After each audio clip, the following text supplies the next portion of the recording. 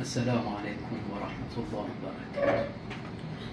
إن تنصروا الله ينصركم ويثبت أقدامكم. في بداية الكلام بنفسي ونيابة عن كل زملائي في مكتب رعاية المصالح الإيرانية نرحب بقدومكم وتشريفكم في مكتب رعاية المصالح جمهورية إيران الإسلامية. قاعة أو صالون عمر خيام للتبادل والتشاور فيما بيننا بخصوص القضايا الهامة، وخاصة موضوع العلاقات الثنائية فيما بين جمهورية إيران الإسلامية وجمهورية مصر العربية.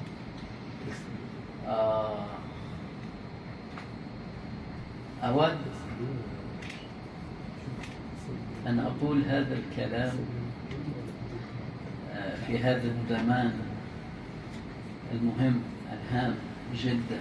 تعتبر هذه الندوة فرصة لإعلان انتصار جمهورية إيران الإسلامية على الولايات المتحدة وأيضا الكيان الصهيوني القاصر في الساحات العسكرية وأيضا الساحات السياسية. السيدات والسادة أيها الصحفيون الكرام، أولا أعتبره واجبا علي أن أتقدم إليكم بأزداد التهاني بمناسبة يوم الصحفي في التقويم الرسمي لجمهورية إيران الإسلامية، صادف 8 أغسطس آب يوم الصحفي في جمهورية إيران الإسلامية، وهو اليوم الذي يخلد ذكرى استشهاد محمود صارمي الصحفي الباسل لوكالة أنباء جمهورية إيران الإسلامية أرنا خلال الهجوم الإرهابي على القنصلية بلادنا في مدار الشريف عام 1998 الميلادي. إن فلسفة اختيار هذا اليوم تكمن في تكريم مكانة الصحفيين السامية، أولئك الذين لا يألون جهدا في طريق التنوير والتوعية وربما يبذلون أرواحهم في هذا السبيل. إن هذا اليوم يرمو إلى الالتزام والرسالة الجليلة لأهل الإعلام في تجسيد الحقائق موضوعيا والذود عن القيم الإنسانية، غير أن الجرائم المتواصلة التي يرتكبها الكيان الصهيوني ضد المجتمع الصحفي تدفعنا إلى اعتبار كل يوم يوما للصحفي وإلى تكريم الدائم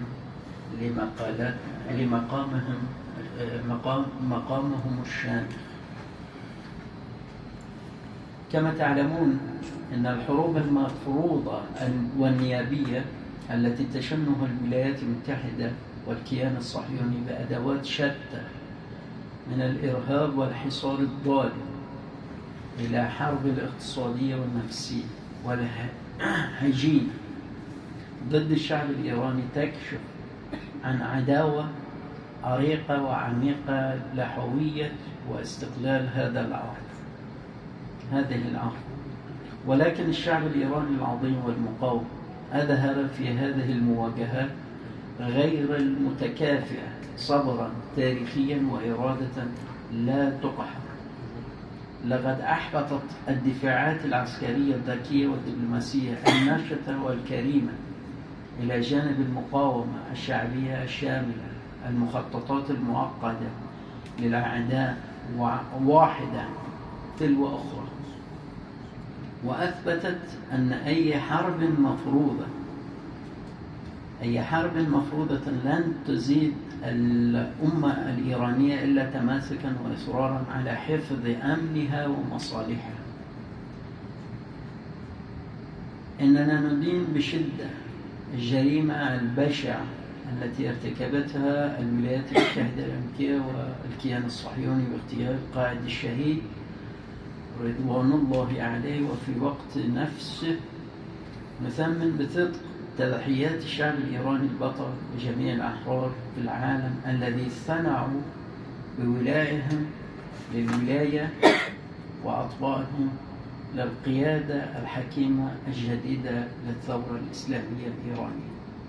ملحمة خالدة أخرى، إن هذه الجريمة لم توهم عزيمة أمتنا، بل زادت إصرارهم على مواصلة الطريق المشرق للشهداء والدفاع عن مثل الثورة الإسلامية الإيرانية.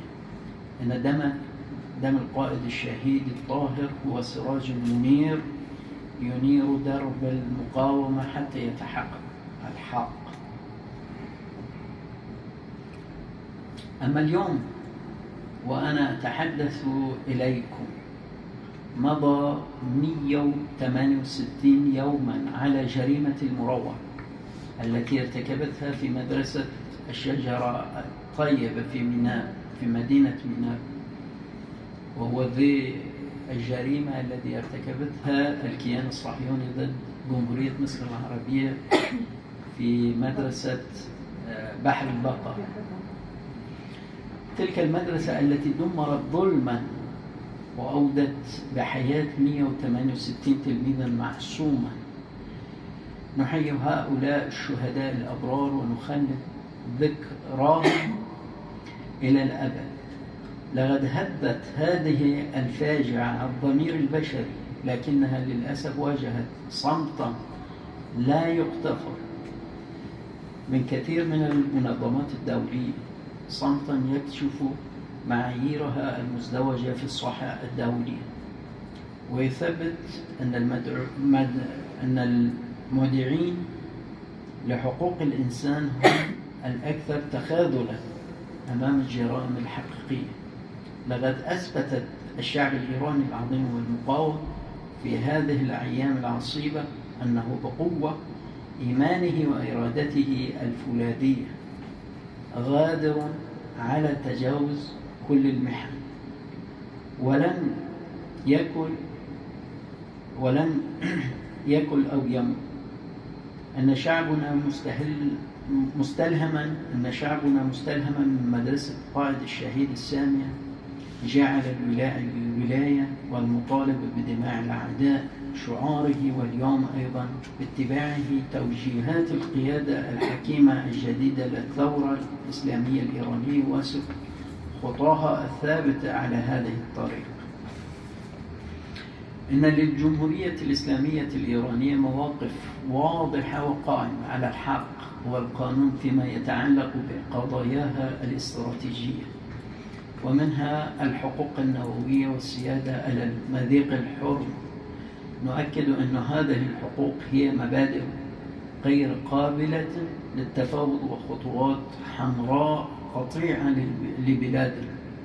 أن إيران بصفتها عضوا في معاهدة منع انتشار الأسلحة النووية NPT تدافع عن حقها المشروع في الاستخدام السلمي للطاقة النووية، وقد حققت اليوم وبكل فخر تقنية نووية وطنية متطورة تشكل مصدر عزتنا الوطني. كما أن السيادة الكاملة لإيران على مضيق هرمز جزء لا يتجزأ من أمننا الوطني، وقد وضعنا قواعد محددة لتأمين هذه الممر الحيوي، وسنتعامل بحذر مع أي تحديد أو عمل عدائي من أي قوة معتدية.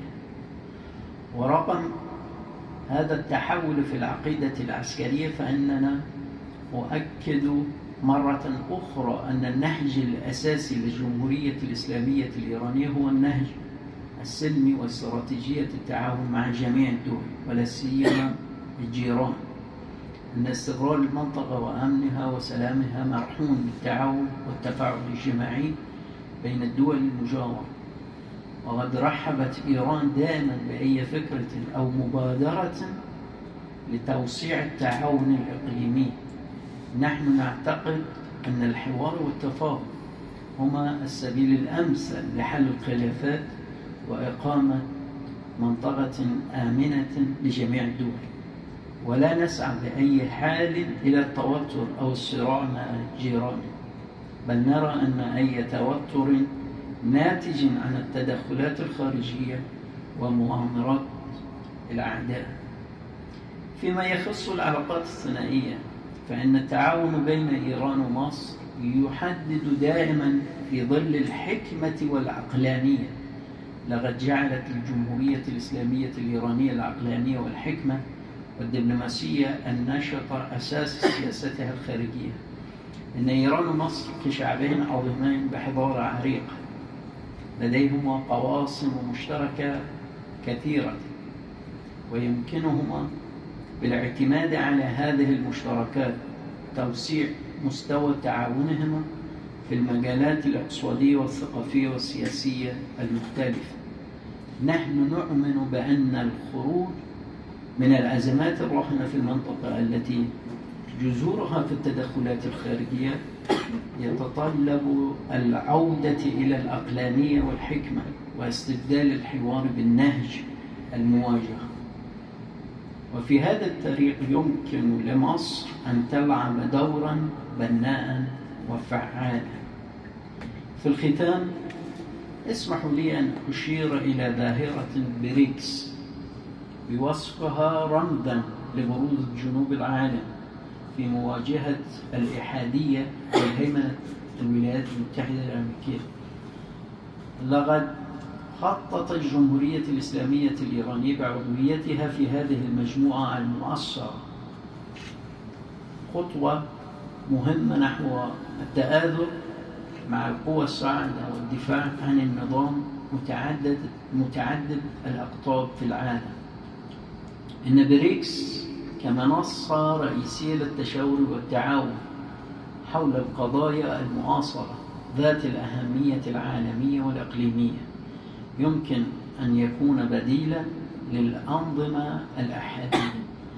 وإيران وحتى جمهورية مصر العربية عضو في بريكس في هذا الإطار عازمة على لعب دور فعال وبناء في سبيل تحقيق العدالة والأمن والسلام العالمي وفي مواجهة الحروب المفروضة الجديدة.